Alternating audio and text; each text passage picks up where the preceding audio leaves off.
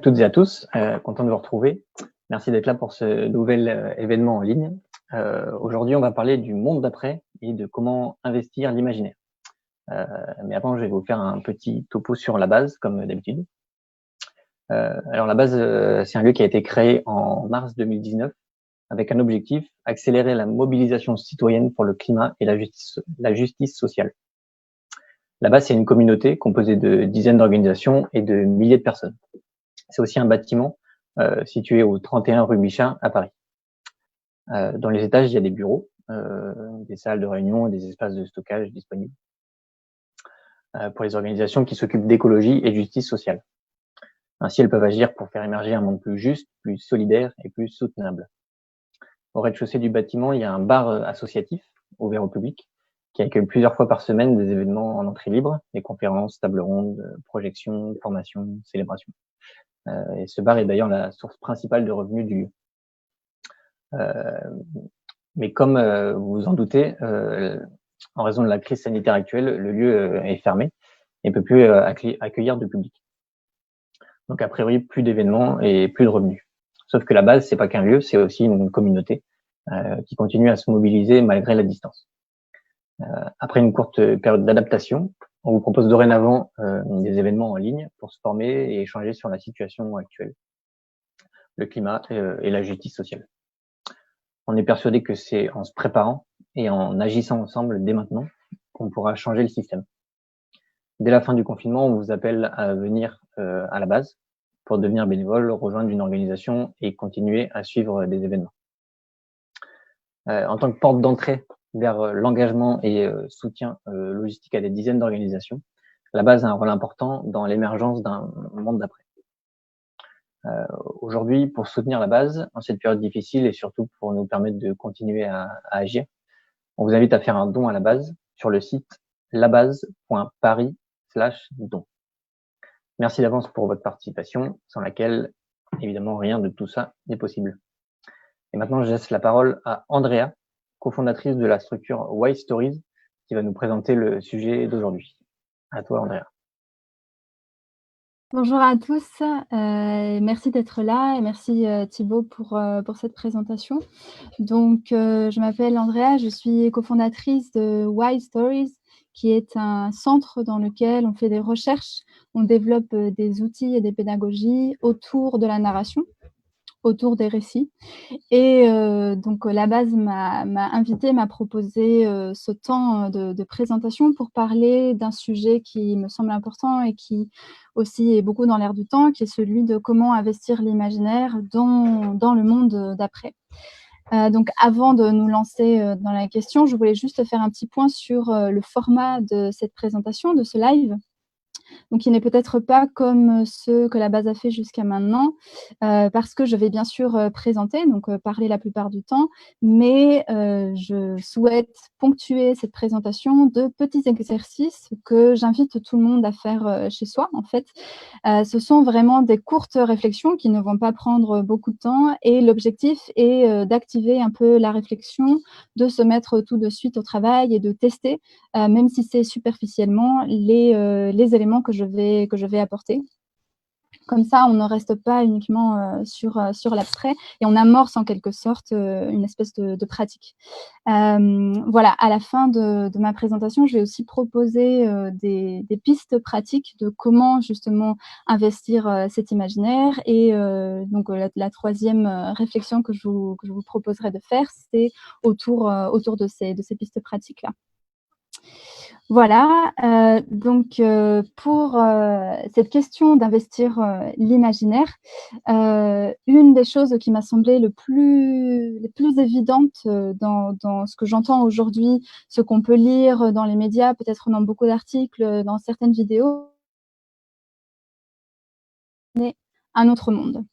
Donc à essayer de inventer un monde qui n'existe pas encore. Et ça, donc je vais passer à la slide suivante. On peut le voir dans un grand nombre d'articles.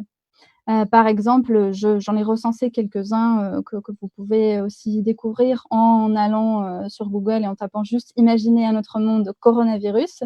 Par exemple, sur les inrecuptibles, donc ces recommandations de 5 série. Là, je vous montre aussi un article de la Tribune dans lequel l'auteur a un image différent pour l'économie et surtout à essayer de ne pas faire des projections sur l'avenir en utilisant du passé. Sur ma slide d'après, encore un autre exemple du monde dans lequel on parle de l'ordre mondial à réinventer. Donc après la pandémie liée au Covid, quel ordre mondial, donc au niveau plutôt de la géopolitique, on peut inventer. Donc comme vous voyez, il y a toutes ces injonctions qui nous appellent à imaginer un autre monde qui n'est pas celui que nous connaissons aujourd'hui. Donc à mon sens, ce questionnement est très juste. Cependant, j'ai l'impression qu'à chaque fois, on se heurte à un manque d'outils peut-être ou de comment on fait pour imaginer un autre monde. Est-ce qu'il s'agit juste de rêver de quelque chose et surtout, à quoi ça sert en fait d'imaginer un autre monde dans le contexte dans lequel on est aujourd'hui et dans lequel se positionne la base comme les organisations qui y sont, c'est-à-dire comment on agit concrètement sur le réel pour le changer, pour changer nos modes de vie, pour changer la façon qu'on a de s'organiser comme société, sociale, etc., etc. À mon avis, il y a une dichotomie qui est peut-être un peu, qui peut porter à confusion, c'est que souvent, on essaye d'opposer la réflexion à l'action. Donc on se demande, voilà, est-ce que c'est pas le moment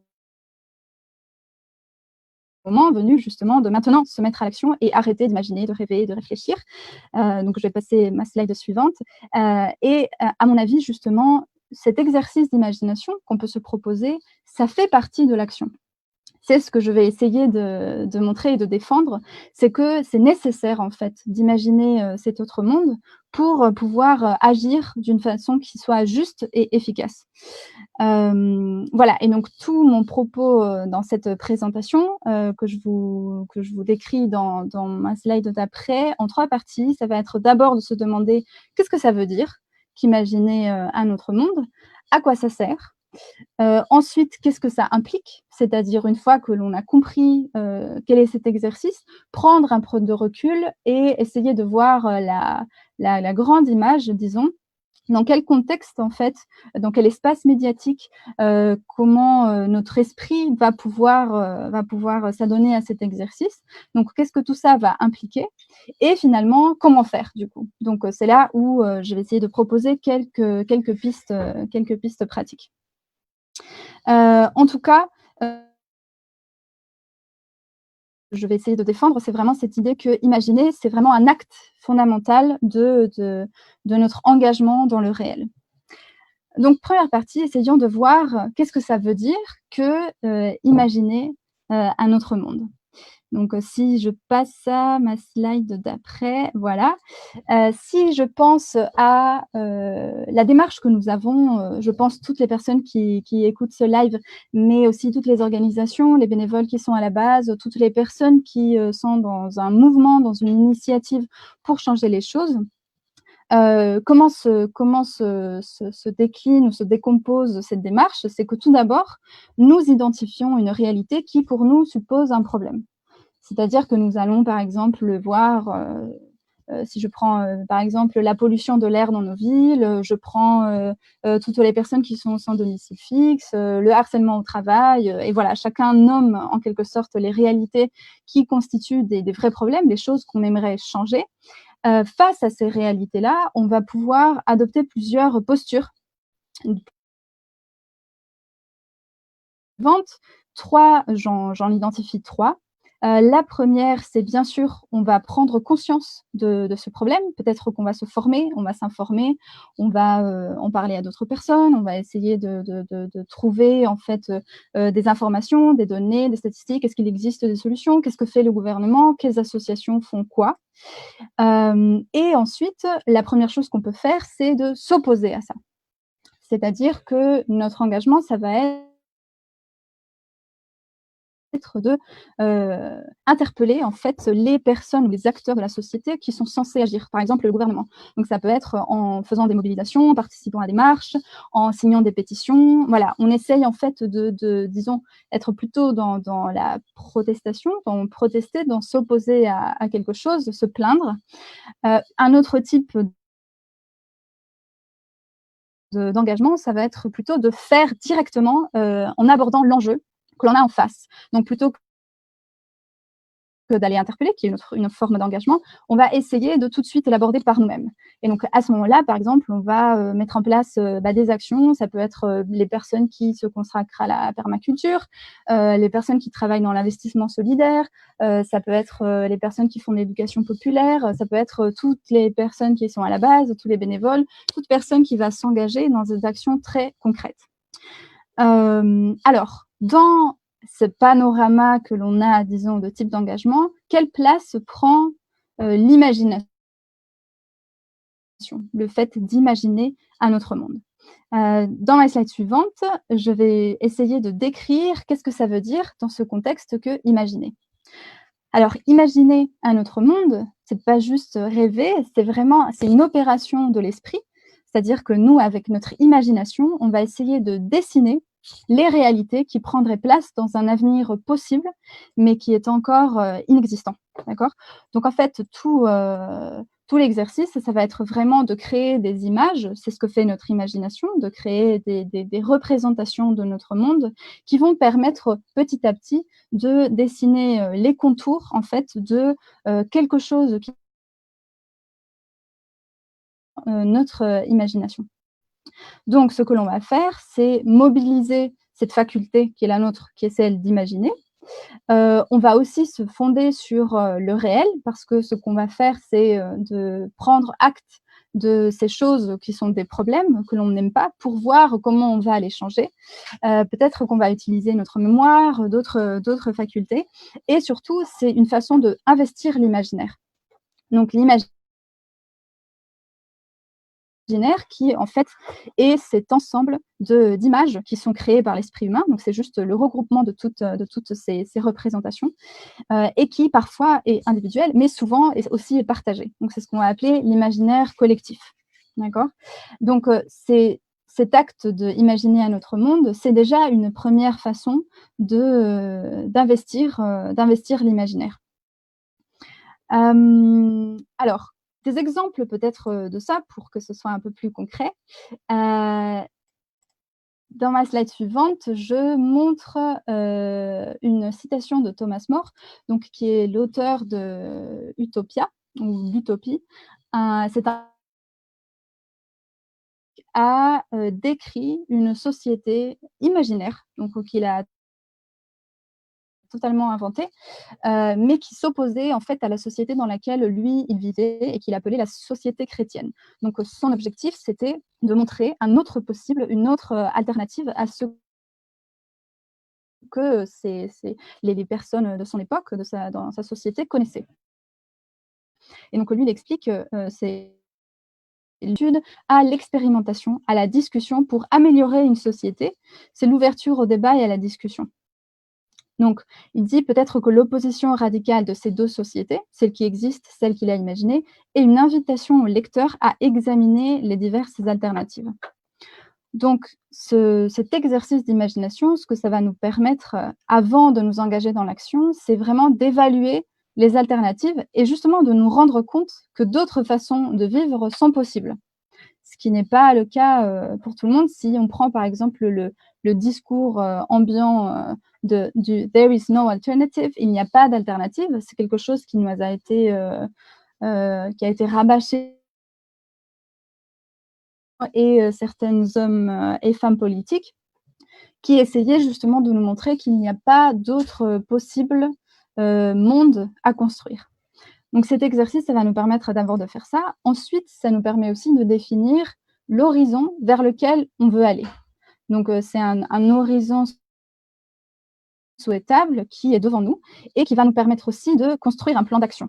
Donc une fois que l'on sait ce qui est derrière nous, nos problèmes, on a un horizon vers lequel tendre et le cheminement va découler en fait de la dynamique qui s'installe entre les deux. Et en troisième, ça nous permet aussi de tester la cohérence du projet. Pourquoi? Parce que ce qu'on va essayer de faire, ce n'est pas juste de penser à un aspect de notre vie qu'on aimerait changer, mais vraiment à la totalité, donc à une globalité en fait de ce monde que l'on veut changer. Et c'est à ce moment-là où les aspects que l'on veut changer, il faut bien sûr qu'ils soient cohérents entre eux. C'est-à-dire qu'on va essayer de voir est-ce que ça tient la route comme une société à part entière. Donc c'est en fait, quelque chose qu'on fait, beaucoup, dans la science-fiction par exemple, donc dans le domaine de la littérature, mais que l'on retrouve à d'autres, endroits. Par exemple, les gouvernements vont faire ça, les partis politiques. Souvent, leur programme politique découle d'une image qu'ils ont de la société qu'ils veulent construire, c'est-à-dire de comment cette société dans son ensemble devrait fonctionner. C'est aussi ce que font, certaines entreprises et cet outil qu'ils utilisent est très intéressant. Je vais passer à ma slide, d'après. Donc il y a un certain nombre d'entreprises qui utilisent un outil que l'on appelle les scénarios, qui est en fait la même chose, c'est-à-dire essayer de comprendre dans aujourd'hui les signes qui nous permettent en quelque sorte de prédire des avenirs possibles. Plusieurs avenirs possibles, c'est-à-dire des scénarios justement de l'avenir, pour pouvoir mieux nous y investir. Et donc Shell, par exemple, décrit ces scénarios en disant il s'agit de développer des visions possibles du futur et dans des générations entières de leaders de Shell, les académiciens, les gouvernements, les entreprises à explorer les voies de l'avenir et à prendre de meilleures décisions. C'est aussi, si on prend un exemple peut-être plus connu, ce que font les experts qui travaillent sur les rapports du GIEC du coup. Donc comment, en fait, quels sont les différents scénarios qui se présentent à nous avec le changement climatique, d'accord? Alors tout ça, tout ce que je présente ici s'inscrit bien sûr dans un certain rapport au monde. C'est ce rapport que nous on a, qui est celui de, je veux changer une situation qui est perçue comme un problème, que moi je perçois comme un problème, et je veux agir pour construire une réalité différente. C'est un rapport au monde qui, à mon avis, est caractéristique de nos démarches, donc des démarches militantes, de cette croyance que l'on a en notre capacité à changer le monde, qui bien sûr est une croyance à laquelle je souscris aussi. Et du coup, dans ce cadre-là, il y a encore une autre utilité à cet exercice d'imaginer un autre monde, c'est que ça implique de se donner un objectif qui nous pousse à agir. En fait, le monde imaginé, ça va être un levier d'action. Je vais passer à ma slide d'après. Le fait que nous ayons, un monde derrière nous qui est celui que nous voulons quitter, mais surtout que l'on puisse visualiser un monde à construire qui est, un horizon qui est souhaitable et souhaité, agit comme un levier qui nous incite à agir. L'idée, c'est vraiment que si j'ai un objectif devant moi, que je peux voir, dans lequel je peux me projeter, qui est concret, c'est beaucoup plus facile, en fait, de s'engager dans l'action. Et surtout, c'est beaucoup plus facile de persévérer dans l'action. C'est-à-dire que notre monde imaginé, il va nous permettre de rester constant ou d'avoir toujours la motivation, que ce soit au niveau de chacun, quand il y a des obstacles, c'est-à-dire quand la réalité reprend le dessus, quand on ne sait pas comment faire, quand on se sent perdu, voilà. Et c'est cet horizon en fait qui va maintenir notre motivation. Je vais passer à la slide suivante. Je sais pas si ça marche. Ça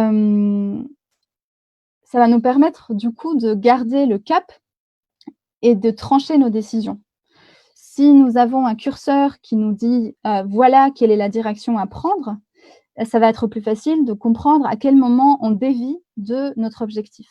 Donc notre monde imaginé, c'est un peu comme ce levier qui va nous permettre de construire le chemin petit à petit. Donc, de ce point de vue, imaginer un autre monde, c'est un autre type d'engagement qui fait totalement partie de la démarche. C'est-à-dire qu'en plus de s'opposer à un problème qui est derrière nous, et de faire, de commencer à agir, de mettre en place des actions très concrètes, il est important, il est nécessaire, je pense même crucial, d'avoir devant nous à ce monde imaginé en termes très concrets qui en fait va compléter notre démarche. Alors, arrivé ici, si tout est clair, je l'espère pour tout le monde, la question que je pense qu'on peut se poser, c'est puisqu'on sait en quoi ça consiste, qu'est-ce que ça implique en fait d'imaginer un autre monde, de s'investir de cette façon dans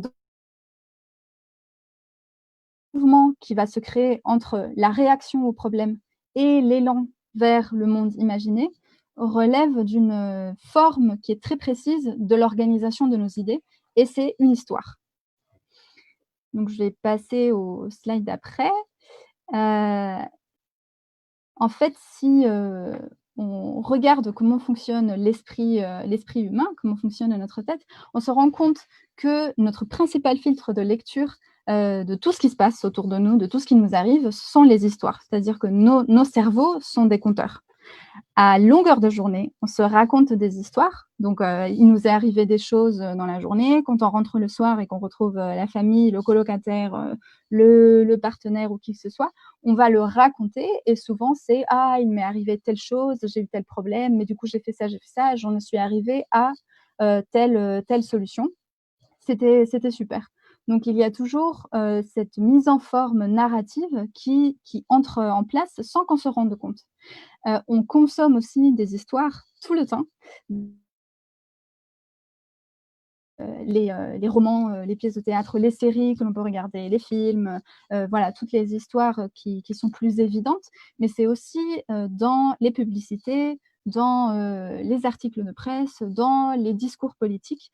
Tous ces messages-là sont souvent aussi, pas toujours bien sûr, mis en forme d'histoire. Je vais passer à ma slide suivante et pour vous donner un peu des références, donc par exemple Nancy Houston, qui est une écrivain canadienne, nous montre que se raconter ou encore consommer des histoires est notre pain quotidien dans ce livre qu'elle a écrit qui s'appelle L'espèce fabulatrice. Et donc c'est plutôt, elle essaye de recenser, disons, tous les événements quotidiens que l'on peut vivre dans nos vies et de montrer comment ils sont perçus sous une forme narrative. C'est pareil dans le best-seller de Harari, que vous connaissez peut-être, Sapiens. Donc, cet auteur défend aussi dans son livre que raconter des histoires est une des caractéristiques les plus spécifiques à l'espèce humaine, mais en plus que c'est cette caractéristique-là qui a permis à Homo sapiens de prendre le dessus sur les autres espèces. Donc, quand on parle d'histoire, comme je le disais, souvent on pense aux romans, aux films, aux pièces de théâtre, aux contes. Je vais passer à ma slide suivante, ou à ce qu'on a appelé ici en France, enfin dans le monde francophone, disons, le storytelling, qui est donc cette technique de marketing utilisée pour convaincre un auditoire. Donc c'est toujours pour essayer de pousser quelqu'un à acheter quelque chose, à voter pour quelqu'un, par exemple. Mais si différentes d'histoires, c'est parce qu'en dessous, raconter, c'est un même geste. C'est vraiment une technique, c'est une façon de communiquer un message qui ensuite s'incarne dans différentes formes. Donc voilà, théâtre, roman, etc., des médias qui sont très différents. Au final, du coup, en quoi ça consiste raconter? C'est vraiment d'organiser un message en suivant un schéma narratif. Voilà. Et ce schéma narratif, ce qu'il fait, c'est organiser des idées dans un système cohérent. Alors, à ce stade-là, j'espère que tout le monde m'a suivi, que je n'ai pas parlé trop vite, mais j'aimerais vous proposer du coup un petit temps de réflexion très, très simple, très rapide. Je vais passer à ma slide d'après. Je vous propose du coup, pour tous ceux qui regardent le live, vous pouvez prendre une feuille ou écrire sur votre ordinateur ou même juste y réfléchir, d'essayer de cerner quels sont les éléments nécessaires pour construire une histoire. Donc, quand on pense à une histoire, vous pouvez même choisir une histoire de votre choix que vous connaissez quelles sont les composantes qui font qu'on peut dire que c'est une histoire, d'accord? Quels sont les éléments dont nous avons besoin? Et donc je laisse juste quelques minutes pour que chacun y réfléchisse, et ensuite avec Thibaut, nous allons reprendre certaines des contributions pour pouvoir aussi établir un peu un échange, une interaction avec ce que je propose.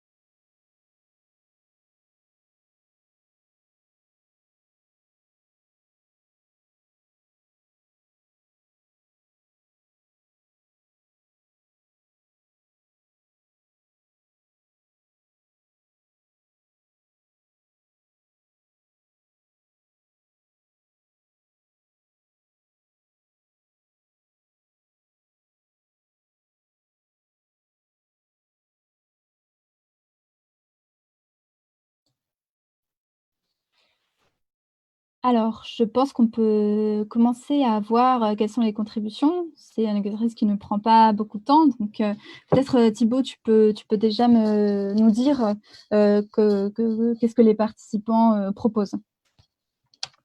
Yes. Alors, on a plusieurs propositions qui se rejoignent pas mal, selon moi. Alors, je vous lis les quelques propositions. Des personnages, un lieu, une ou des aventures, des gentils et des méchants. Ensuite, autre proposition, un décor, un ou des lieux, des personnages, une intrigue, un scénario, un langage, un espace temporel, une atmosphère, une nouvelle proposition, une chute des personnages, un environnement, des ressentis, des faits, un début et une fin, récit aristotélicien, une ambiance. Et moi, ma contribution à moi, Vas-y. moi j'ai mis un cadre, un ou une protagoniste, un événement perturbateur, des péripéties et une résolution. Ah, OK, super. Donc comme vous voyez, il y a beaucoup de choses qui reviennent. C'est un peu les éléments que l'on connaît tous. Souvent, bien sûr, je vais essayer de reprendre, et de remettre dans l'ordre, ces éléments-là. Nous avons des personnages. Souvent, il y a un héros, donc un personnage, disons, principal. Et il y a, toujours un certain disons un mouvement qui se crée, en fait, quelque chose qui se déroule. Donc, nous avons, souvent ce qu'on a appelé une intrigue ou un scénario, et il y a, un début, une fin, il y a des faits, il y a aussi, on a parlé de chute à un moment, donc un moment où quelque chose survient vers la fin, de l'histoire, et ensuite nous avons un peu le contexte. Donc là, on parle du décor, le lieu, on parle aussi, le langage que l'on va utiliser, un espace temporel, une atmosphère. Et même donc aussi les gentils, les méchants. Donc voilà, ça c'est toujours, les personnages. Donc ce qui est intéressant de voir, c'est qu'en effet, tous ces éléments constituent une histoire. Cependant, toutes les histoires ne sont pas pareilles, donc il existe des archétypes des schémas narratifs en fait, qui proposent que ce mouvement soit d'une façon ou d'une autre. Ce qui va nous intéresser le plus dans tout ça, c'est bien sûr le héros qui est le protagoniste de cette histoire, mais surtout quel cheminement est-ce qu'il va faire? D'accord? Et donc en fait, ce qu'on va essayer de voir, c'est avec, heu, quelques théories, disons, sur les schémas narratifs, de comprendre qu'un schéma narratif, donc en fait une histoire, ce qu'elle va faire, c'est nous donner une grille de lecture pour notre monde. Le mouvement que l'on va créer, en l'occurrence, si je prends celui dont on va parler, qui est, celui de la démarche d'essayer de changer le monde, ce sera un héros qui est dans une situation initiale, donc nous avons notre personnage, d'accord? Qui est, disons touché ou heurté par un conflit. Donc ça, je crois que personne ne l'a nommé, mais peut-être que d'autres personnes y ont pensé. Donc il y a quelque chose, un élément perturbateur qui va le mettre en mouvement. D'accord? C'est quelque chose face à laquelle il va essayer de réagir. Si on reprend notre démarche à nous, c'est la même chose. Nous avons un problème, une réalité qui est perçue comme un problème, et nous essayons du coup d'agir. C'est à ce moment-là qu'on se met en mouvement. D'accord? Ensuite, il y a une série de péripéties. D'accord? Donc tout ce que le héros va pouvoir vivre avec des méchants, des gentils, des gens qui vont l'aider, etc., etc. Donc c'est un peu le plan d'action, tout ce qu'on va pouvoir mettre en place pour essayer de changer ce monde-là. Et à la fin, il y a cette destination, ce point d'arrivée, cet état final en fait, qui est notre fin. D'accord? Dans le schéma qui nous concerne, disons, qui est un parmi d'autres schémas narratifs, et je vais passer à la slide suivante. Nous retrouvons tous ces éléments, mais ce qui change, en fait, ce qui est spécifique à ce schéma et qui n'est pas spécifique à d'autres schémas, du coup. Donc, nous avons notre héros, nous avons les adjuvants, les ennemis. Je n'ai pas rajouté, mais c'est évident qu'il y a un lieu, il y a une atmosphère, il y a un décor, il y a un langage qui va être utilisé. Voilà, il y a d'autres personnages, etc. Ce qui nous intéresse, c'est que nous avons un début et nous avons une fin. Et il y a un mouvement qui se crée entre les deux, d'accord, entre ce monde qui est perçu comme un problème et le monde souhaité. Donc, allons voir juste rapidement quelques théories du schéma narratif qui peuvent nous aider à comprendre ça. Passons du coup à la slide suivante. Je pense qu'il y a dans le schéma narratif qui nous intéresse deux piliers, deux éléments fondamentaux qui font en fait que ce monde imaginé, qui fait partie de notre schéma, comme vous avez pu le voir, cet horizon souhaitable, qui font que ce schéma narratif en fait est parfait et vraiment un outil qui peut nous aider à nous engager dans l'action. Donc, prenons Kurt Vonnegut, qui donc est un écrivain américain, qui a écrit une série de livres de fiction, mais surtout, pour sa thèse de master en anthropologie, il s'est intéressé à la forme des histoires. Donc en fait, ce qu'il a fait, c'est juste analyser un grand nombre d'histoires de temps différents, de civilisations, de cultures différentes, et essayer de comprendre quelle était leur forme. Et donc ce qu'il a fait, c'est créer un graphique à deux axes. Nous avons en axe des abscisses, si je ne me trompe pas, good fortune, ill fortune. Donc, si je traduis, c'est la bonne fortune et l'infortune. Et en axe désordonné, c'est le temps. C'est juste le début et la fin. Et en fait, toute histoire, ce qu'elle va faire, c'est se dérouler dans le temps en allant de moments où le héros a une très bonne chance, bonne fortune, à des moments où mauvaise chance, tout va mal. Donc si je vais prendre, là, ici, on peut voir 4 schémas narratifs que lui, il peut identifier. Si je prends juste le premier, qui lui, il appelle l'homme dans le trou, nous avons donc quelqu'un, un héros, qui va commencer à un moment initial où tout va très, très bien. Donc, il y a aucun souci, c'est la richesse, c'est voilà, la bonne chance, etc. Et il va tomber dans une situation qui est très mauvaise pour lui. Voilà. Et en fait, toute l'histoire, ça va être de sortir de cette situation. Donc, un élément perturbateur le fait tomber dans une situation d'infortune, mais lui, à travers ses actions, etc., péripéties, il va réussir à s'en sortir. Et ce que l'on remarque, très important, que lui, il souligne, c'est que à la fin, il est encore mieux qu'au début. Il n'est pas revenu à la situation initiale. Ce qui nous intéresse, nous, dans ces schémas que propose Vonnegut, c'est qu'en fait, dans toute histoire, quelle qu'elle soit, il y a toujours un mouvement qui fait que l'état final, est différent de l'état initial. C'est-à-dire qu'une histoire, c'est toujours l'histoire d'une transformation. Ce qui nous intéresse ici, c'est qu'il y a la possibilité du changement. Une histoire comme celle-là, ce qu'elle nous raconte, c'est qu'il est possible de changer les choses et que là où l'on va, ça va être différent d'où on vient. Donc ça, c'est, à mon avis, un des éléments essentiels de notre schéma narratif, celui qui nous intéresse le plus, c'est la promesse que le monde d'arrivée ne sera pas celui du départ. Si je reprends l'exercice d'imaginer un autre monde imaginé, c'est notre point d'arrivée. Mais ce qui nous intéresse, c'est le mouvement qu'il crée dans notre esprit. C'est-à-dire que le monde imaginé, c'est juste la fin et que nous pouvons penser, en fait, nous insérer dans une dynamique qu'on aime, qui est celle de pouvoir changer les choses. Voilà. Je vais passer à la slide d'après pour parler d'une autre, disons, théorie, analyse autour des histoires, qui est celle de Simon Sinek. Vous pourrez retrouver sa conférence très courte, c'est une conférence TED, il me semble, sur YouTube. Donc lui, ce qu'il fait, c'est s'intéresser à la communication des grandes entreprises. On n'est plus dans le milieu de la littérature et des arts, mais plutôt dans la communication corporate.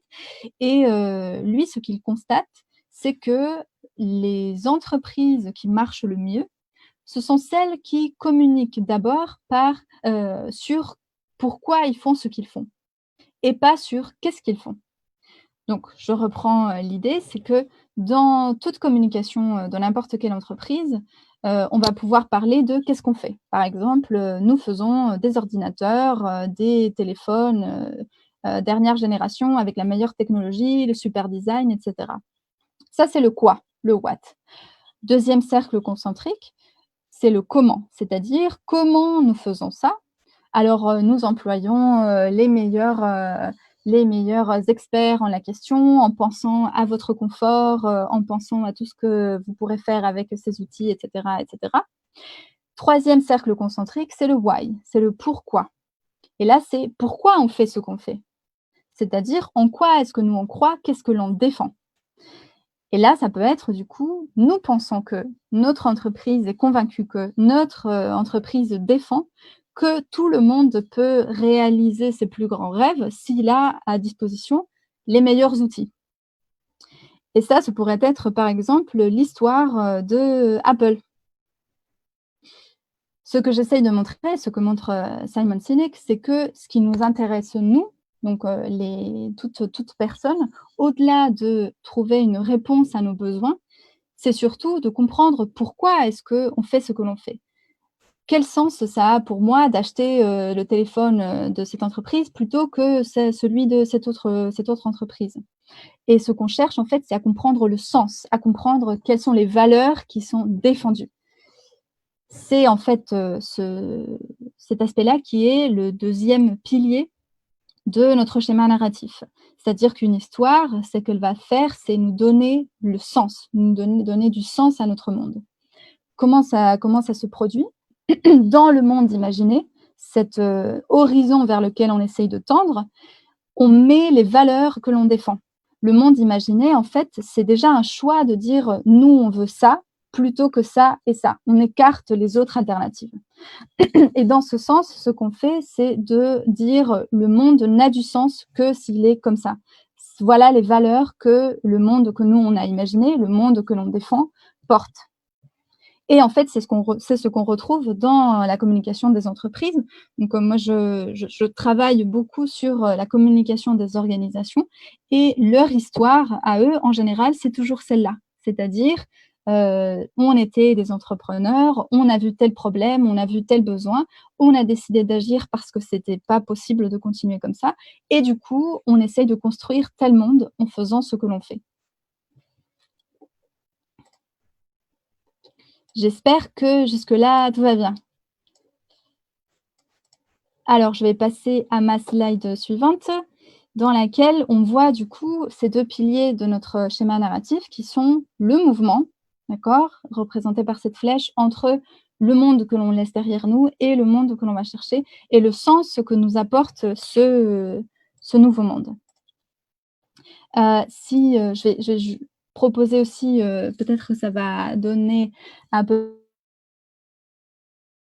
dans la question, dans ma prochaine slide, une citation de Antoine de Saint-Exupéry qui disait, ça me semble être un très bon exemple, « Si tu veux construire un bateau, ne rassemble pas tes hommes et tes femmes pour leur donner des ordres, pour expliquer chaque détail, pour leur dire où trouver chaque chose. » Donc là, on parlerait de qu'est-ce qu'on va faire, comment on va faire, voici le plan d'action, etc.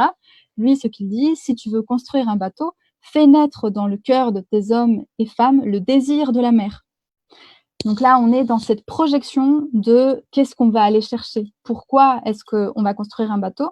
C'est parce qu'on a ce désir-là de la mer. Voilà, c'est la même, disons, la même structuration de ce schéma narratif.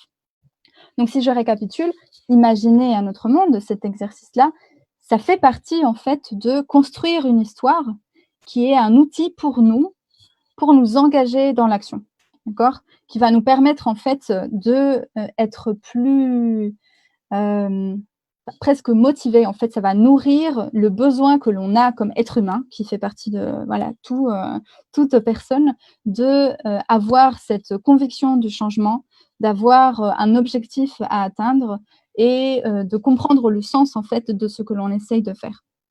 Alors par contre, si on va s'adonner à cet exercice-là, la question qui se pose à mon avis, c'est de se dire: est-ce qu'on est libre totalement d'imaginer un autre monde?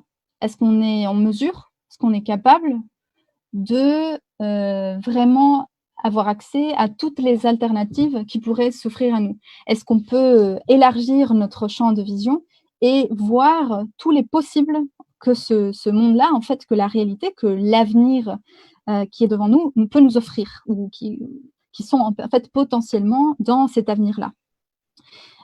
C'est là où c'est intéressant de voir qu'est-ce qui nous entoure dans notre monde aujourd'hui, dans l'espace médiatique.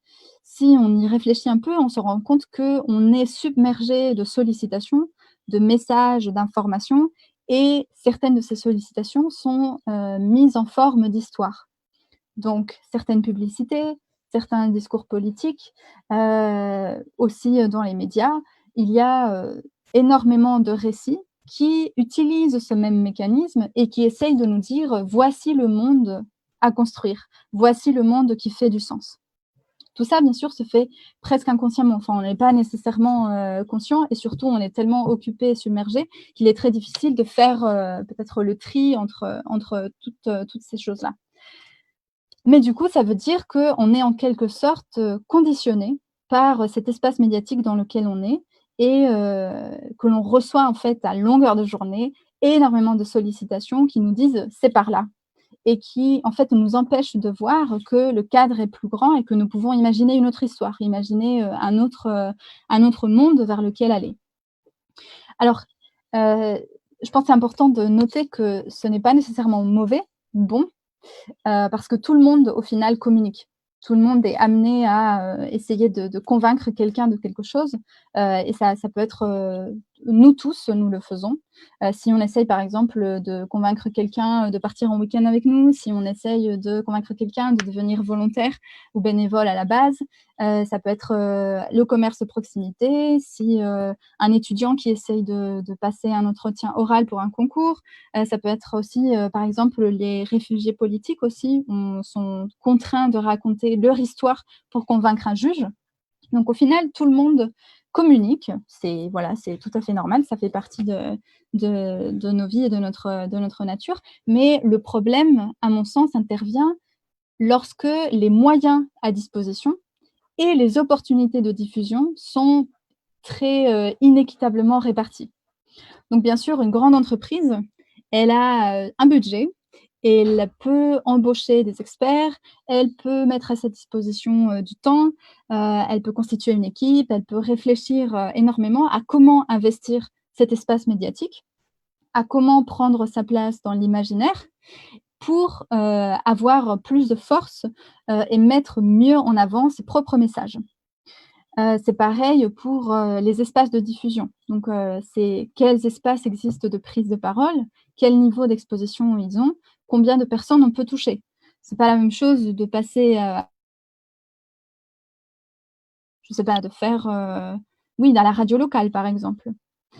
Donc c'est à ce niveau-là où certaines grandes entreprises, les gouvernements, certaines organisations accaparent en fait un espace plus grand et ont beaucoup plus de moyens pour diffuser leurs histoires qui servent certains intérêts et surtout qui vont dans la direction d'un certain monde. Alors, arrivé ici, je voudrais vous proposer un deuxième petit exercice de réflexion L'idée, je vais passer à la slide suivante du coup. L'idée, ça va être, d'essayer de trouver dans les extraits des discours d'Emmanuel Macron des dernières semaines, donc ce sont des discours qui sont consacrés au Covid-19, un schéma narratif. Donc on a parlé en fait, des composantes, des histoires, on a parlé de comment, toutes ces histoires, ont un héros, un lieu, une situation initiale et cetera. Mais il existe ensuite, en fonction du mouvement que l'on crée, des schémas narratifs différents. On a identifié celui qui correspond le mieux à notre rapport au monde, qui est celui d'agir pour changer les choses, pour changer des réalités. Maintenant, cet exercice, je le propose pour qu'on essaye, encore assez en surface parce qu'on n'a pas beaucoup de temps, mais je pense que ça peut permettre d'activer un petit peu cette compréhension de ce que c'est.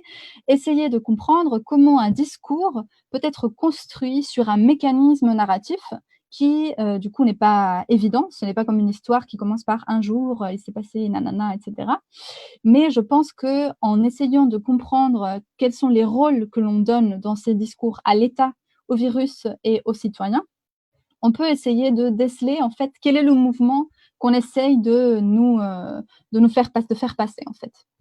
Donc pareil, je propose à chacun, chez soi de prendre un temps pour, lire ces 3 extraits qui appartiennent à 2 discours différents, voilà, du 16 mars et du, 11 mars et d'essayer dans ces extraits de voir, voilà, qui serait le héros? Est-ce qu'il y a un méchant? Quelle est l'histoire qu'on essaie de nous raconter? Quel serait le monde vers lequel, on essaye d'aller? Et donc on va prendre, 3-4 minutes, de silence pour faire ça et après on verra quelles sont les contributions.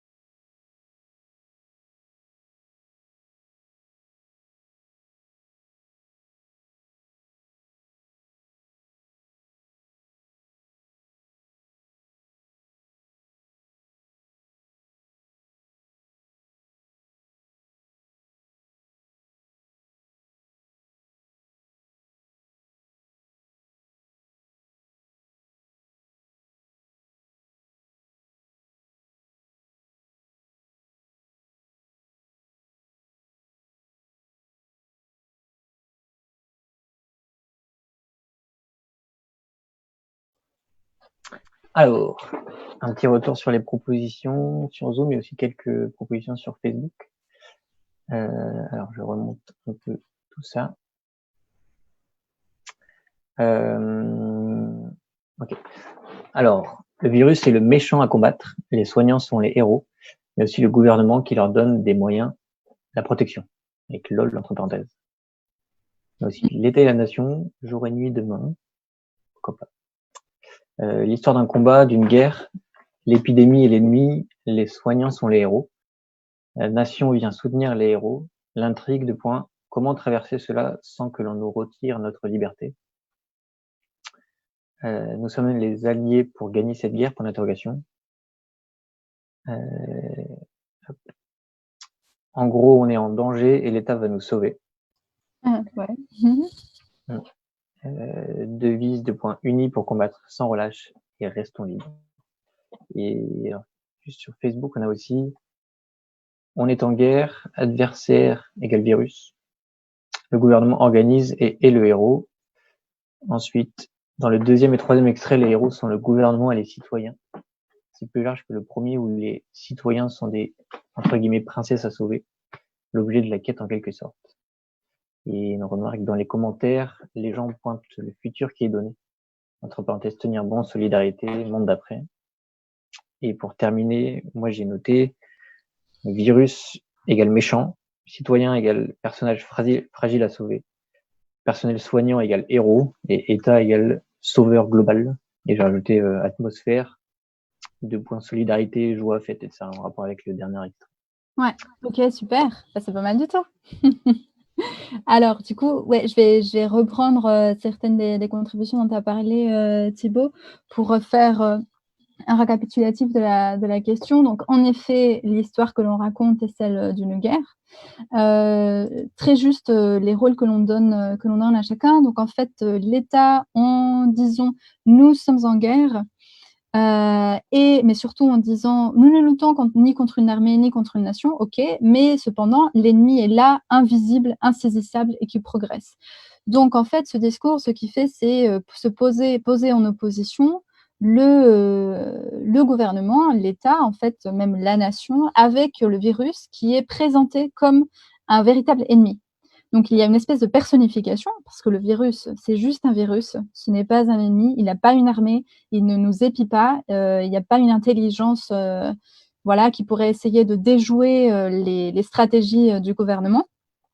Mais ce positionnement, en fait, ça permet du coup à l'État, dans notre esprit, de se positionner comme un héros, sauveur d'un côté, tout à fait, mais aussi héros presque martyr si la chose ne fonctionne pas. C'est-à-dire que qu'est-ce que ça fait? Ça nous pose dans un cadre de pensée dans lequel il va être plus difficile de remettre en question les fautes d'un État qui combat en fait un ennemi de ce type-là, un ennemi invisible, insaisissable et qui progresse.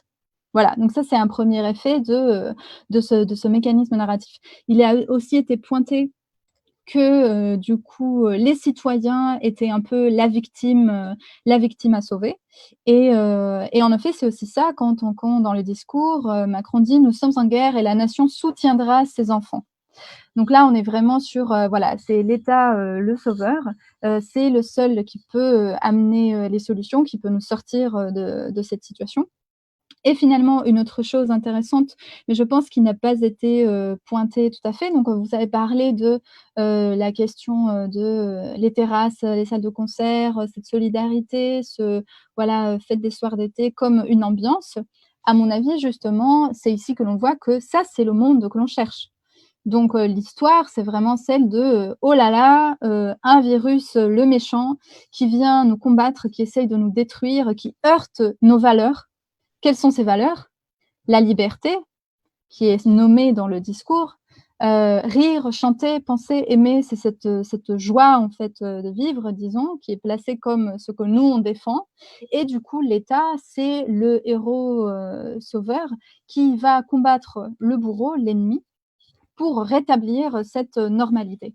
Donc, on retrouve en quelque sorte ce schéma dans lequel on nous montre quel est le problème et quel est le monde que l'on essaye d'aller construire. Donc, j'espère que c'est clair pour tout le monde et que l'exercice vous a un peu donné plus de clés sur ce que je présente. Le fait est que ça montre, c'est juste un petit exemple, mais ça montre que à chaque instant, nous sommes en fait sollicités par des messages qui sont placés avec ce mécanisme narratif. Et même si ça semble presque banal, en fait, cette forme d'histoire, comme elle correspond à notre nature, c'est comme ça que l'on lit le monde, en fait, on y accroche, on y adhère presque inconsciemment.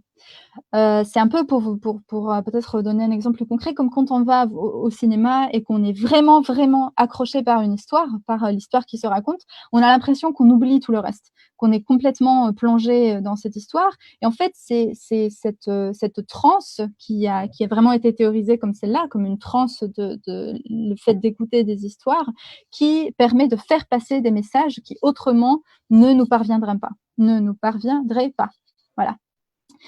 Donc c'est très bien pour l'exercice et maintenant, je propose de passer donc à la dernière partie. Donc une fois qu'on a vu que, l'espace médiatique dans lequel on est, mais aussi parce que nous consommons des histoires et nous adorons les histoires, peut conditionner notre capacité à imaginer autre chose, à nous projeter dans un autre type justement d'histoire qui permettent d'activer le changement, de vraiment le rendre réalisable. Alors à ce moment-là, comment faire? Ce que je propose ici, ce sont quelques pistes pratiques de ce qui pourrait être intéressant de mettre en place. D'abord, chacun pour soi, mais aussi au niveau collectif. Donc, je vais passer à la slide suivante. Je pense qu'on peut essayer d'imaginer ce monde-là en 3 temps. Le premier, c'est vraiment tout d'abord de cerner notre présent. Pourquoi? Parce que essayer d'imaginer quelque chose sans nous ancrer dans le réel, ça nous amènerait à être complètement coupés en fait de ce qui est possible, des réalités qui existent, de ce qui nous touche réellement. Donc peut-être commencer d'abord par quelles sont les expériences concrètes de mon quotidien que je veux voir disparaître. Et là, je renvoie à un exercice que vous connaissez probablement, qui est très populaire depuis son apparition, qui est celui que propose Bruno Latour. C'est paru dans un article de AOC Média le 30 avril, il me semble. Pour toutes les références à la fin de la présentation, je les ai regroupées, un ensemble de ressources sur un même lien. Donc, vous pourrez les retrouver toutes, il n'y a pas de souci pour ça. Et du coup, Thibaut ou Amélie pourront vous les partager. Mais du coup, cet exercice est très intéressant parce que Bruno Latour propose justement, à partir d'une série de questions, de se questionner sur quels sont vraiment les aspects de notre quotidien, les choses que l'on fait au jour le jour, les habitudes dans lesquelles on est, les gestes que l'on a, qui ne nous conviennent plus et qu'on veut changer, que l'on veut voir disparaître. Donc là, on est plutôt dans le problème, en fait. Essayer vraiment d'identifier qu'est-ce qui ne va pas aujourd'hui. J'insiste sur le côté vraiment expérience, c'est-à-dire du vécu. Il ne s'agit pas de penser juste, voilà, je veux qu'il n'y ait plus de pollution dans les villes. C'est vraiment, j'aimerais moi ne pas avoir à respirer parce que tous les jours je respire un air qui fait du mal à ma santé, je me sens pas bien, je sens que, etc., etc. Pourquoi c'est important de garder vraiment ce ressenti individuel personnel? Parce que en fait, ça va nous obliger à nous engager dans ce qu'on se propose. Ça ne reste pas théorique ou abstrait, c'est vraiment des choses qui nous sont personnelles et donc ça nous oblige à nous engager personnellement. Aussi parce que c'est vraiment la chose à laquelle on peut faire confiance, tout à fait. Le vécu que l'on a, les expériences que l'on vit, elles nous appartiennent en quelque sorte. Donc, il existe quand même un filtre, c'est-à-dire que nous allons les comprendre d'une manière ou d'une autre, mais en tout cas, c'est à ce niveau-là, on est moins assailli par plein de messages et ce que l'on vit, ce que l'on ressent, même les émotions qui sont attachées à certaines expériences, elles nous appartiennent et ça, personne ne peut nous l'enlever. Donc, à mon avis, c'est vraiment le bon point de départ d'être vraiment ancré sur ça. La deuxième chose du coup que je propose, c'est de penser face à ce que nous souhaitons laisser derrière nous, qu'est-ce que l'on construit à la place du coup? Quels gestes concrets, quelles situations on aimerait vivre au quotidien? Donc c'est pareil, ces choses-là, en disons le revers du miroir, qu'est-ce que ça serait très concrètement? Voilà, pareil, qu'est-ce qu'on aimerait vivre, nous, individuellement, très, très concrètement? Quelles expériences concrètes j'aimerais vivre? Et là, on parle vraiment de décrire, en fait, ce monde imaginé de façon très concrète. Donc, on dessine les réalités. Et finalement, la dernière étape, c'est de penser quel sens ces gestes ont pour moi. Quelles sont les valeurs qu'ils incarnent? Donc, ces expériences que j'aimerais avoir, ces réalités que j'aimerais voir réaliser, quelles sont les valeurs qu'elles portent en fait? Pourquoi est-ce que je les ai choisies? Pourquoi est-ce que c'est ça et c'est pas autre chose? Et donc à ce niveau-là, c'est vraiment essayer de comprendre ce que ça signifie pour moi, en quoi est-ce que je crois pour choisir ça et pas autre chose. C'est là, cette partie-là, ça répond plus au pourquoi qu'on a vu tout à l'heure, donc vraiment au sens que l'on donne à ce monde-là. Et en fait, c'est ça qui va nous porter le plus, c'est-à-dire que nous, on a ces valeurs, on y croit, c'est le sens que l'on veut donner à notre monde, et c'est ça que l'on va défendre jusqu'au bout, en quelque sorte. Et bien sûr, une fois qu'on a fait le lien entre les problèmes face auxquels on souhaite agir, l'horizon souhaitable, qui se décompose en quelque chose de très concret et quelque chose qui est plutôt lié aux valeurs. Quel est le plan d'action? Donc, comment on va faire le pas entre l'un et l'autre, qui va nous permettre de nous inscrire dans l'action, dans le réel, tout de suite, dès maintenant et après sur le long terme. Donc, ça, c'est un travail que je fais habituellement avec des organisations au niveau plutôt collectif, mais à mon avis, je pense que c'est très important de le faire chacun individuellement, de s'engager dans cette démarche parce que en fait, au final, c'est une démarche qui est foncièrement, je pense, politique, au sens pas du pouvoir institutionnalisé, mais de l'organisation d'une société. Et en fait, comme ça, nous, on essaye de avoir au clair, même de ressentir quelle organisation de notre société on souhaite à partir de ce que nous, on ressent. Donc ça va nous permettre de nous impliquer, de nous positionner, d'être en capacité de contribuer à une construction collective. Alors pour ceux qui aimeraient faire l'exercice, moi je proposerais 2 choses. C'est d'abord de vraiment prendre le temps. Je pense que c'est pas quelque chose qui peut se faire quand on a beaucoup de choses dans la tête ou quand on est en train de penser à une date limite d'un rendu ou qu'on a une liste de tâches, par exemple, à réaliser. Donc, par exemple, prendre un après-midi, une journée, un week-end et aussi essayer de faire de l'espace dans notre esprit, de respirer, de se défaire de contraintes, voilà, d'avoir vraiment une tranquillité en quelque sorte. Et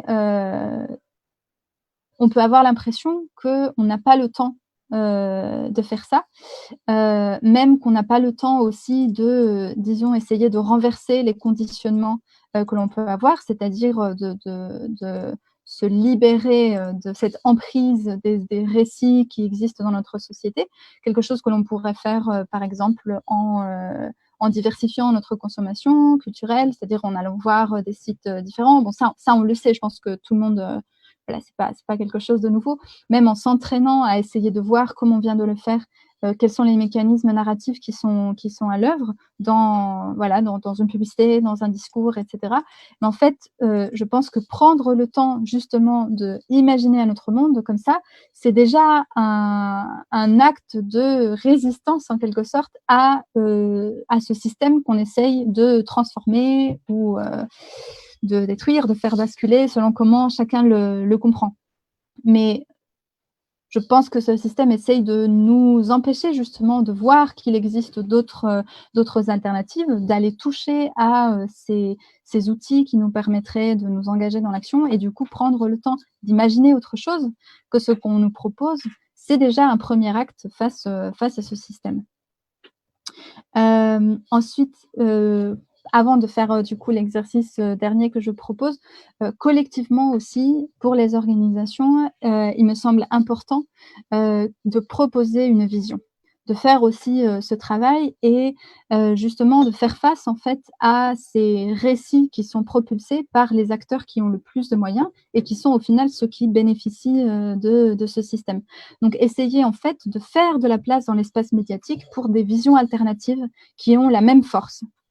Et ça, je pense qu'au niveau collectif, c'est tout à fait possible, possible de le faire. Peut-être pas seulement une, mais plusieurs visions alternatives qui vont, remettre du mouvement, en fait, dans notre imaginaire, qui offrent ce monde souhaitable à l'horizon et qui définissent le chemin qui nous y amène. Heu Ce que peuvent faire aussi ces organisations, c'est, en plus de proposer ces visions, peut-être créer les conditions pour que, les personnes, pour que tout le monde soit en capacité, en fait, de faire cet exercice, de participer, d'apporter, en fait, sa propre, vision des choses. Et dans ce sens-là, je vous propose du coup de faire ce petit exercice, donc on va passer à la slide suivante. C'est, exactement les mêmes questions. Donc on va prendre un petit peu de temps. Ce qu'on va faire, je pense, c'est, essayer de répondre aux 2 premières. C'est juste un petit test, donc ma proposition, c'est, d'essayer de choisir un seul aspect de nos vies. Pas, tout, et c'est pas essayer de tout décrire, mais vraiment prendre une chose, donc une expérience concrète qu'on veut voir, disparaître ou qu'on veut changer, d'accord? Très, très, très précise et ensuite d'essayer de penser comment on voudrait la transformer, c'est-à-dire quelle réalité nouvelle on voudrait, voir, voilà, en place, voir exister. Donc, c'est les 2 premières questions uniquement. Quelle est l'expérience concrète de mon quotidien que je veux voir disparaître? Une seule. Et quelle expérience, concrète j'aimerais vivre du coup à la place, d'accord? Qui correspondrait du coup à ce monde qu'on laisse derrière nous et au monde, imaginé qui est devant nous, qui est notre horizon. Voilà, c'est pour tester, un peu la proposition. Donc on va prendre un petit peu plus de temps, je pense. Je vous invite tous, pour ceux qui sont sur Facebook aussi à essayer. Ça permet d'amorcer un peu l'exercice et après vous pouvez le tester chez vous, voilà, en entier.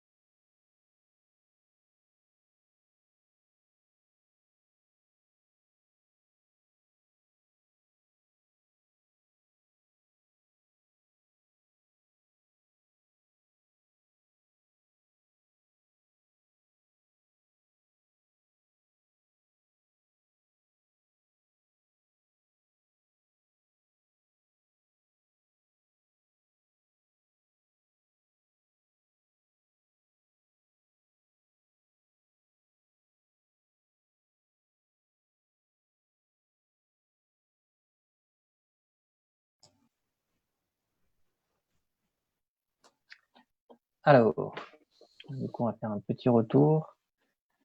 J'essaie de rassembler les propositions qui traitent un peu du même sujet. Alors, on commence avec la première. Je veux voir disparaître de mon quotidien l'individualisme. Je veux la place de l'entraide, des débats citoyens, des activités et projets rassembleurs au niveau local notamment. Et alors plus concrètement, j'y arrive. Concrètement, on est tous pris dans notre quotidien, nos problèmes perso, et on oublie l'autre. On n'a pas le temps de se soucier d'eux. Le Covid a fait changer ça, en partie, un peu. J'aimerais que ça continue. Du coup, au niveau individuel, je vais être plus tourné vers les autres. Et j'associe ça à une autre proposition qui ressemble un peu, je pense. Ce que j'aimerais vivre, voir des gens autour de moi qui respirent, qui passent du temps avec ceux qu'ils aiment, qu'on ait le temps de ne rien faire parfois, de méditer, de se remettre en question, de changer. Plus de course à la montre, une bulle dynamique et qui respire, de la paisibilité, sérénité, le temps de faire ce chemin incroyable qu'est la découverte de soi, de l'amour et de la paix, du bien-être. Que tout le monde ait cette chance. Je te laisse réagir là-dessus, André. Ouais, super. Ok, alors déjà, on a pas mal de choses là-dedans. Donc, je vais essayer de faire un retour là-dessus pour faire le tri dans les idées. Alors déjà, je vais reprendre ce que disait alors concrètement, on est tous pris dans notre quotidien, nos problèmes perso, on oublie l'autre, on n'a pas le temps de se soucier d'eux. Justement, quand je parle d'être concret, je veux qu'on aille encore plus dans le concret.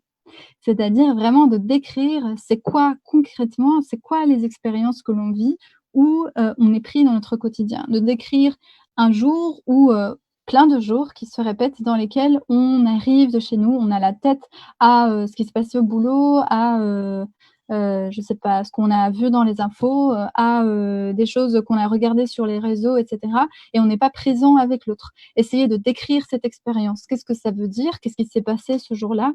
Quelles étaient les choses que l'on a vues qui ont fait que le sentiment était de pas être avec les autres, de pas se soucier d'eux. Comment on aurait aimé se soucier d'eux? Je parle là vraiment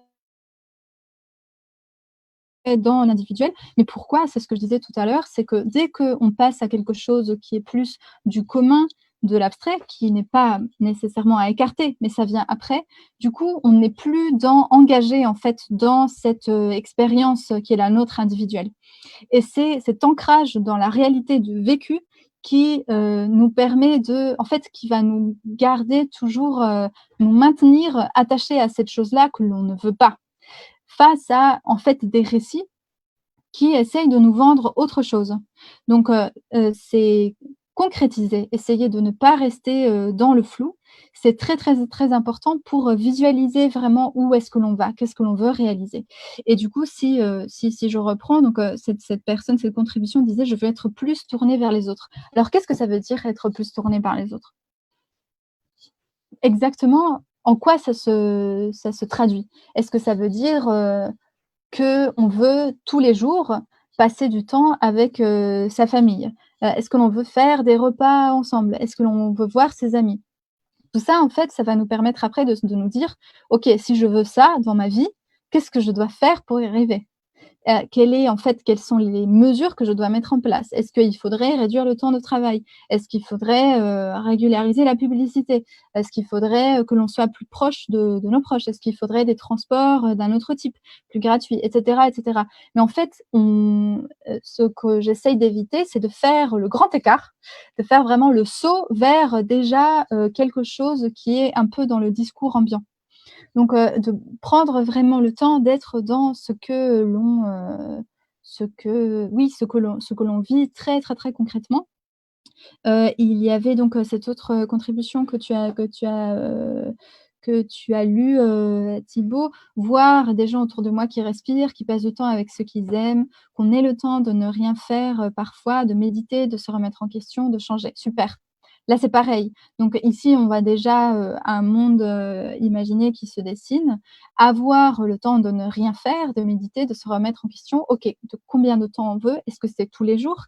Est-ce que c'est juste une demi-heure tous les jours? Est-ce que c'est avoir beaucoup de temps? Est-ce que c'est avoir plus de vacances? Dans quel contexte? Avec qui? Qu'est-ce qu'on aimerait faire là-dedans? À quoi ça va servir? Et du coup, là, ce que je trouve intéressant, c'est qu'on passe, presque à la troisième question. Quel sens ces expériences ont-elles pour moi? Cette contribution disait c'est le temps de faire ce chemin incroyable qu'est la découverte de soi, de l'amour et de la paix, du bien-être, que le monde ait cette chance. Donc là, déjà, on voit quel est le sens que l'on donne à ces expériences. En quoi est-ce que l'on croit? Quelles sont les valeurs, qui sont derrière? C'est vraiment que tout ça, en fait, ça va permettre de faire le chemin incroyable qu'est la découverte de soi, de l'amour, de la paix et cetera. Voilà, c'est une petite graine encore, hein, voilà, on fait ça en très peu de temps, mais c'est une petite graine qui montre, en fait, comment on peut amorcer, cette chose-là. Peut-être qu'on peut prendre, Thibaut, une autre contribution ou 2 autres? Ouais, alors pareil, je pense qu'on peut faire le lien entre 2 contributions. Alors disparaître, alors du coup, pour répondre à la première question, disparaître et être abasourdi par les voitures et suffoqué de pollution, être en danger en me déplaçant à pied ou à vélo et du coup, réalité nouvelle, à la place, entendre les oiseaux en ville et me déplacer en vélo sans peur. Et ça fait écho à une contribution sur Facebook qui dit: «J'aime marcher et la minéralité de la ville est une expérience désagréable. Je souhaiterais végétaliser les façades et revoir les modes de circulation pour accroître les coulées vertes.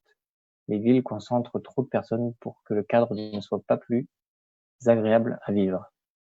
Et un ajout aussi du internaute: «On devrait végétaliser les trottoirs aussi.» OK, super. Alors donc, déjà ici, je sais pas si, vous commencez à voir, mais on voit qu'il y a des choses qui relèvent de l'expérience vraiment individuelle et d'autres déjà des mesures qui sont proposées. Donc bien sûr, la partie des mesures, est fondamentale. Sur ça, je suis totalement d'accord. C'est notre plan d'action, c'est ce qu'on va essayer de mettre en place et cetera. Hem, mais du coup, à mon avis, justement, par rapport à toute la présentation que j'ai pu faire, ce qui manque, c'est cette dynamique qui s'installe entre quel est le problème et qu'est-ce que l'on vise concrètement, mais aussi dans le sens des valeurs, de quel sens on donne à ce monde-là. Pourquoi c'est important de faire ça? Parce que c'est ça, en fait, que nous, que profondément, on veut savoir, en quoi on veut croire, nous. C'est ça, en fait, qui va nous engager dans l'action. Et du coup, dans ce qui était proposé, par exemple, les coulées vertes, super. Donc ça peut faire partie de ce monde imaginé. Comment on le comment on le conçoit dans son quotidien? C'est-à-dire, est-ce qu'il s'agit de enlever, la route qui est devant chez soi? Est-ce qu'il s'agit, de créer une coulée verte, comme on le fait aujourd'hui sur les chemins de fer anciens il y en avait pas? Est-ce que c'est, végétaliser en fait, juste les trottoirs? Comment on va se projeter là-dedans? C'est-à-dire au quotidien, qu'est-ce que l'on va faire? Est-ce qu'on va s'y promener tout le temps? Et du coup, qu'est-ce que ça va nous apporter aussi? Pareil pour la question enfin tout est relié, mais du vélo, de la pollution et cetera. Bah, c'est parfait, c'est aussi dans ce sens-là, c'est-à-dire comment, je vis, aujourd'hui, ce quotidien. Je dois subir, la pollution des voitures. Concrètement, comment ça se passe? Combien de temps je passe à respirer ça? Qu'est-ce que je ressens? Tu vois, moi, par exemple, ça, c'est aussi quelque chose qui me touche beaucoup. Après, j'ai mal à la tête, si je suis asthmatique, bah, j'ai plus de problèmes et cetera et cetera. Et du coup, essayer vraiment de décrire très concrètement, petit à petit, en fait, de dessiner ce monde-là. Si on en reste juste ici, c'est normal parce qu'on n'a pas beaucoup de temps, mais si on en reste juste à se dire: «OK, je veux pas de pollution, je veux plus de vélo», ce monde, je ne le visualise pas encore. En fait, ce que j'ai besoin, c'est qu'il se dessine très concrètement dans ma tête. Donc ce que je propose, c'est vraiment de prendre le temps, parce que bien sûr, ce n'est pas quelque chose qui se fait en 2 minutes, mais de prendre le temps de imaginer ce monde-là, qui vienne de notre propre désir et vraiment d'en laisser une trace, de le rendre très concret. Donc on peut dessiner, on peut écrire, on peut en parler à quelqu'un, on peut, enfin voilà, essayer de l'incarner d'une manière ou d'une autre. Et à mon avis, comme je disais, c'est ça qui va nous aider en fait à nous engager dans l'action. Thibaut, je ne sais pas si on a le temps d'en prendre encore, parce qu'on va dépasser, je crois, le temps, et j'ai encore quelque chose à dire. Mais Écoute, on peut dépasser de 10 minutes peut-être, non? si les internautes sont d'accord, on peut faire ça. Tu veux une dernière contribution du coup? Oui, ouais, vas-y. Alors, contribution, je souhaite diminuer mon temps de travail, que j'aime toujours néanmoins, et donner du temps à ma petite fille et à l'associatif, à mon jardin collectif qui me fait énormément de bien. Ok. Ça fait un peu écho aussi à une autre proposition. Beaucoup de gens autour de moi passent du temps à regarder et à faire des choses qu'ils jugent futiles, comme regarder des émissions. Ils ne se sentent pas utiles et certains se dévalorisent. Expérience concrète de pouvoir faire du bénévolat ou de l'engagement dans une communauté. Ça fait écho à cette notion de temps utile, Ouais, etc. ok. Oui, tout à fait. Alors, très bien. Ici, il faut pousser encore plus loin. C'est-à-dire, si c'est déjà très concret de se dire, je veux diminuer mon temps de travail, ok. De combien de temps? Combien d'heures on souhaiterait travailler? Combien d'heures, du coup, je vais consacrer à ma fille? Qu'est-ce que je vais faire avec elle? Qu'est-ce que je vais faire que je fais pas aujourd'hui? Qu'est-ce que ça va lui apporter? Qu'est-ce que ça va changer, en fait, peut-être dans la famille, dans la relation que je vais avoir avec elle, et cetera, et cetera. Je veux du temps à consacrer à la société. Alors ici, c'est encore, très, très, très vaste. Nous sommes dans le très abstrait, et donc l'idée, c'est OK, si justement, projetons-nous dans ce monde-là, si j'avais le temps à consacrer à la société, qu'est-ce que je ferais? Si aujourd'hui, je travaillais 25 heures par semaine, par exemple, ce temps-là, est-ce que ce serait le vendredi? Est-ce que ce serait le week-end? Est-ce que ce serait le soir? Qu'est-ce que j'aimerais faire? Dans quoi j'aimerais m'engager, en fait, concrètement? Qu'est-ce que je ferais? Exactement. Et la deuxième proposition, c'était aussi par rapport au temps, mais tu peux me la redire, Thibaut, s'il te plaît? Ouais, pas de souci. Hop. Beaucoup de gens autour de moi passent du temps à regarder et à faire des choses qu'ils jugent futiles, entre guillemets. Regarder des émissions de télé-réalité, trucs du point. Ils ne se sentent pas utiles et certains se dévalorisent. Expérience concrète de pouvoir faire du bénévolat ou de l'engagement dans une communauté. OK, super.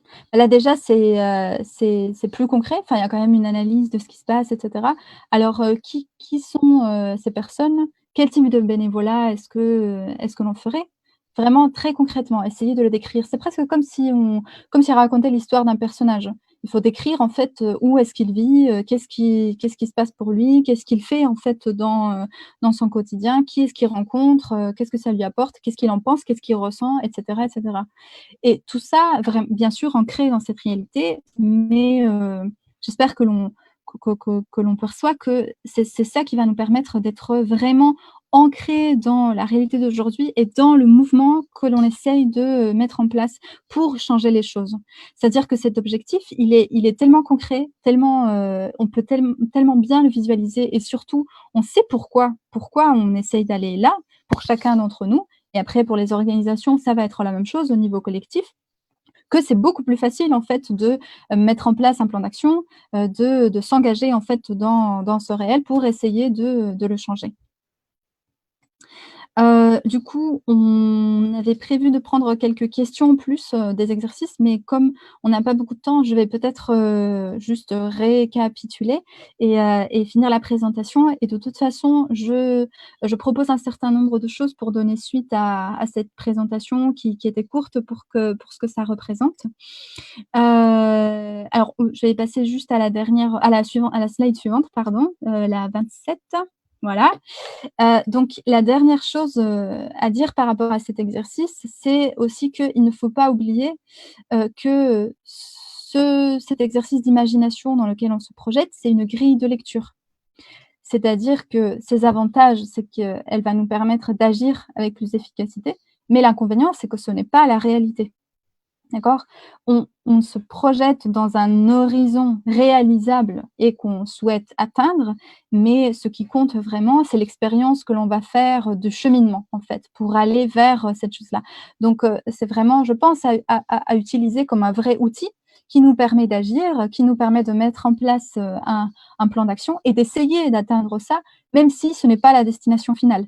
Donc c'est comme dans une histoire, peut-être que le héros avait, face à ce problème, envie de construire quelque chose. La réalité et les circonstances du contexte dans lequel il est, des adversaires qu'il va rencontrer, des adjuvants, et cetera, vont faire que peut-être l'état d'arrivée n'est pas exactement ce qu'il avait, lui, imaginé. Mais le fait est que cet état final est transformé par rapport à ce que, l'on avait au début. Donc, tout ça pour dire que ce qui compte, c'est vraiment, comment on s'engage dans l'action et comment, je pense, on utilise cet outil, cet exercice de l'imagination pour le faire. Et donc à mon sens, c'est assez parlant, ce que disait Joseph Campbell, qui est du coup un autre théoricien des schémas narratifs, qui a écrit, Le héros aux 1000 visages, où il fait la même chose que ce qu'on a vu tout à l'heure, c'est-à-dire analyser des histoires et essayer de comprendre quels schémas elles suivent. Et il disait: «Les gens, pensent que nous cherchons, un sens à la vie.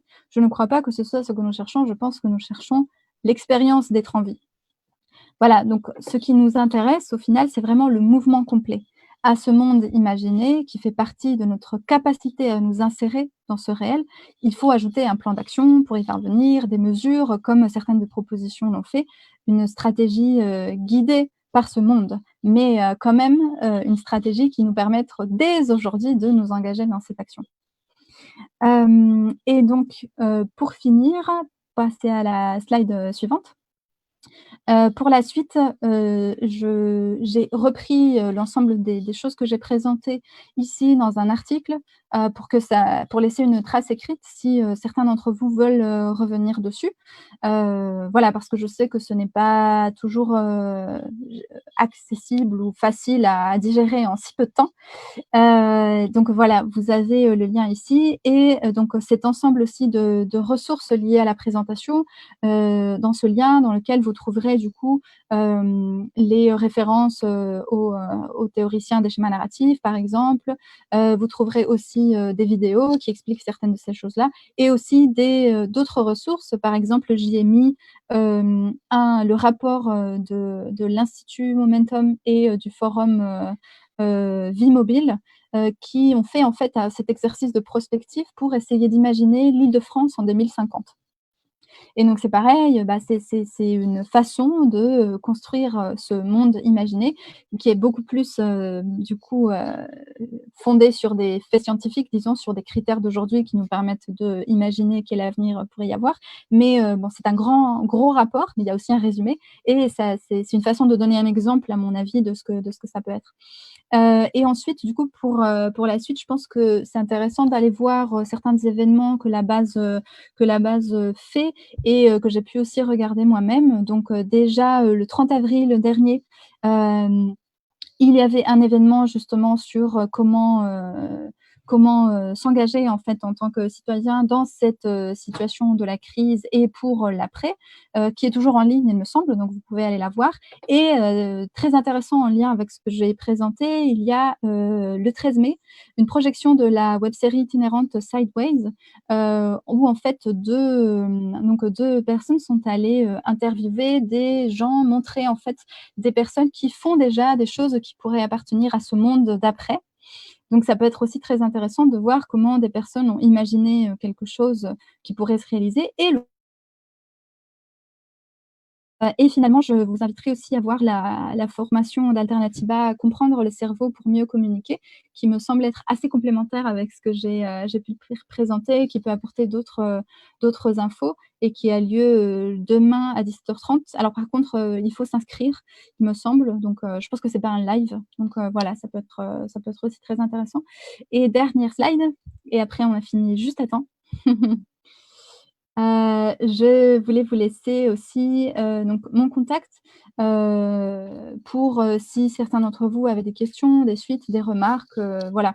L'idée de Wise de notre centre, c'est vraiment d'offrir des outils à tout le monde, d'essayer d'apporter en fait de plus en plus de ressources et de compréhension autour de cet enjeu de la narration et de l'imaginaire, de comment l'investir. Donc n'hésitez pas, voilà, à m'écrire, à regarder notre site, notre blog et sur notre chaîne YouTube, nous avons aussi, quelques outils et finalement, on réfléchit aussi dans le contexte de la crise, mais on l'a pas fait jusqu'à maintenant, à, proposer, des, ateliers en fait, à distance, en ligne, mais ce n'est pas encore fait pour, justement faire, cet exercice avec un peu plus de temps. Donc voilà, si vous vous tenez au courant, ça peut être l'occasion aussi de nous revoir et de le faire. Voilà, merci beaucoup à la base pour l'invitation. J'espère que c'était, clair et utile. Merci beaucoup à toi, Andrea. On est arrivé à la fin de cet événement. Du coup, merci encore d'être venu nous parler du monde d'après associé à cet exercice de l'imagination. On repart avec un super bagage et de nombreux outils pour comprendre et agir. Merci à Amélie de la base pour le travail de communication. Merci à Franck pour la technique. Et merci aux participants et aux participantes sur Zoom qui ont apporté du contenu pour mener la réflexion. Et merci aux internautes aussi sur Facebook, sur le live Facebook. Le live reste visionnable sur la page Facebook de la base, même une fois qu'on aura terminé le live. Donc n'hésitez pas à le partager et à participer à prix libre si c'est pas déjà fait. Et on se donne rendez-vous à la base virtuelle mercredi 13 mai à 18h30 pour, comme mentionné Andrea, la projection en ligne de la web série Sideways. Voilà, bonne soirée et à très bientôt.